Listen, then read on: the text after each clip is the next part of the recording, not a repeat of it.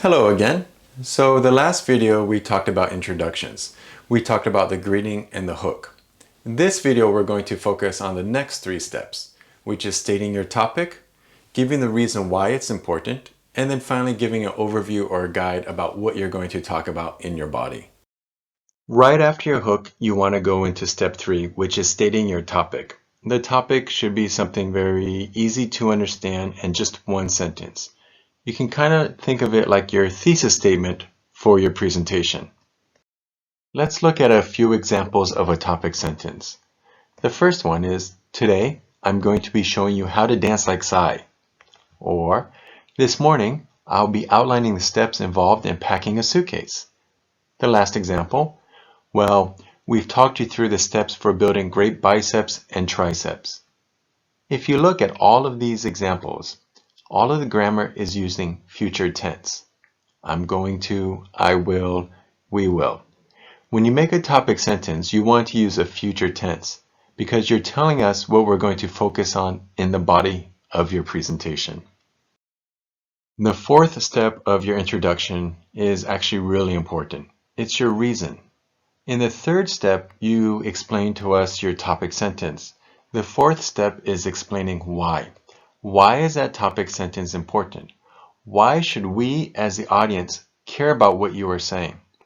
Now, even though step number 4, the reason, is very important, many students forget this step. When you make your presentation, do not forget this step. You have to explain to the audience why this is important for us to listen to. So, for example, if you want to teach us how to dance like Psy, the reason could be because you want us to have more fun when we go to parties. If your topic is to teach us how to pack our suitcase more efficiently, maybe the reason is because when we go on vacation, we can now bring more souvenirs home. So always remember to give us a reason why the audience should listen to your topic. The fifth and final step of an introduction is the guide, or you can say overview. Basically what the guide is it quickly tells us, the audience, what your 3 main points are going to be in order in your presentation. So first you're going to talk about this, and then this. I'm going to give you an example of a guide about this beautiful city here. This city is Seattle. It's my hometown.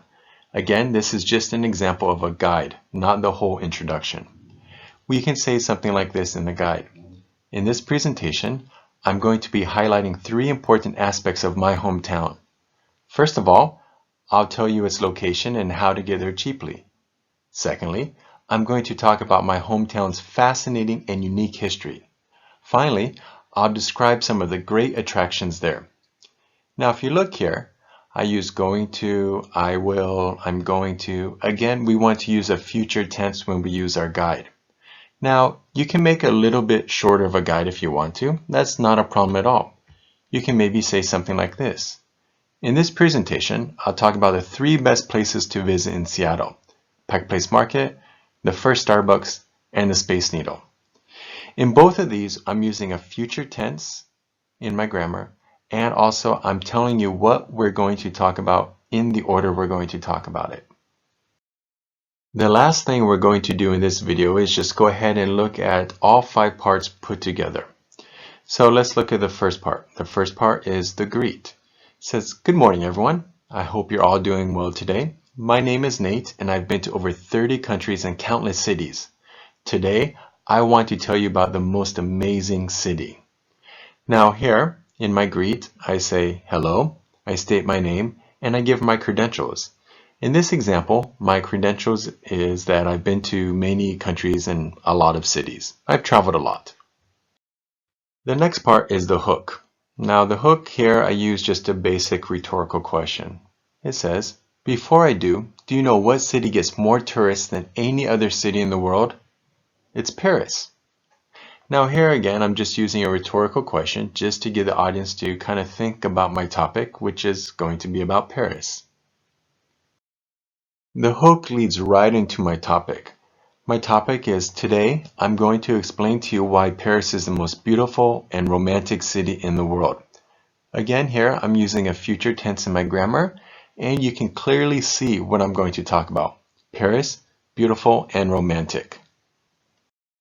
Step 4 is your reason. Again, the reason is, why should the audience care? My reason is, I spent only 1 week there, but it is a week that I will never forget. If you follow my plan, you can't help but feel the wonder, romance, and excitement of Paris. So I'm telling the audience, look, I went to Paris and I had a great time. And if you follow my plan, you can have a great time when you go to Paris also. The final step is your guide, to tell people what you are going to talk about in your presentation.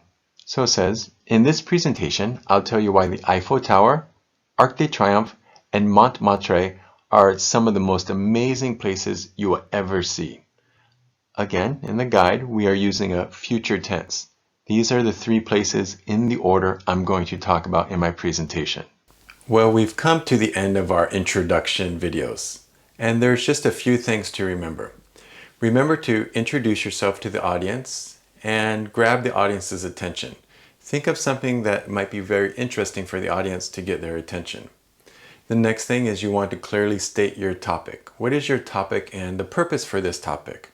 And then lastly, tell the audience what you are going to talk about in your presentation.